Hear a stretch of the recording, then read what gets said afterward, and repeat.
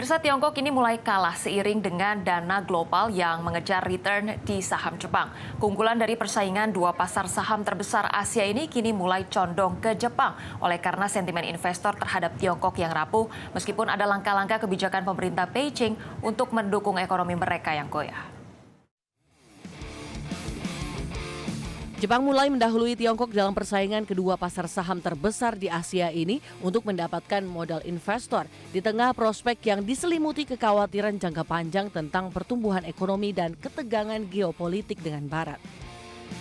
Menurut laporan Goldman Sachs Group Inc., pembelian ekuitas Jepang oleh asing dalam 6 bulan pertama tahun ini telah melampaui rekan-rekan Tiongkok untuk pertama kalinya sejak 2017. Melansir Bloomberg, ahli strategi Morgan Stanley juga menuliskan bahwa manajer jangka panjang terus menjual saham di Tiongkok dan Hong Kong secara bersih pada bulan Juli dan membeli saham di Jepang. Optimisme semakin tinggi bahkan setelah Bank of Japan menyesuaikan sikap akomodatifnya karena investor mencari alternatif ekuitas Tiongkok di tengah kurangnya keyakinan bahwa janji Beijing untuk mendukung ekonomi yang goyah akan membuahkan hasil. Melansir dari Bloomberg sebagai contoh Alliance Oriental Income, dana yang berfokus pada Asia dengan aset $1 miliar ini telah meningkatkan kepemilikan ekuitas Jepang dengan mengorbankan Tiongkok sebagai bagian dari realokasi di seluruh wilayah. Pembobotan Jepang dalam dana tersebut mencapai 40% pada akhir Juni, di mana itu adalah 5 kali lipat dari exposure Tiongkok menurut Factsheet.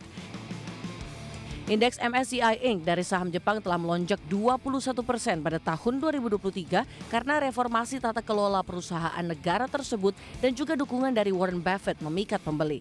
Sementara indeks MSCI Tiongkok naik hanya 0,5% untuk tahun ini.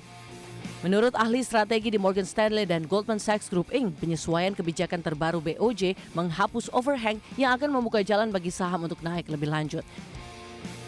Manajer portofolio klien di East Spring Investments, Oliver Lee, melihat posisi Jepang yang diuntungkan dalam hal exposure portofolio investasi karena merupakan ekonomi terbesar ketiga di dunia.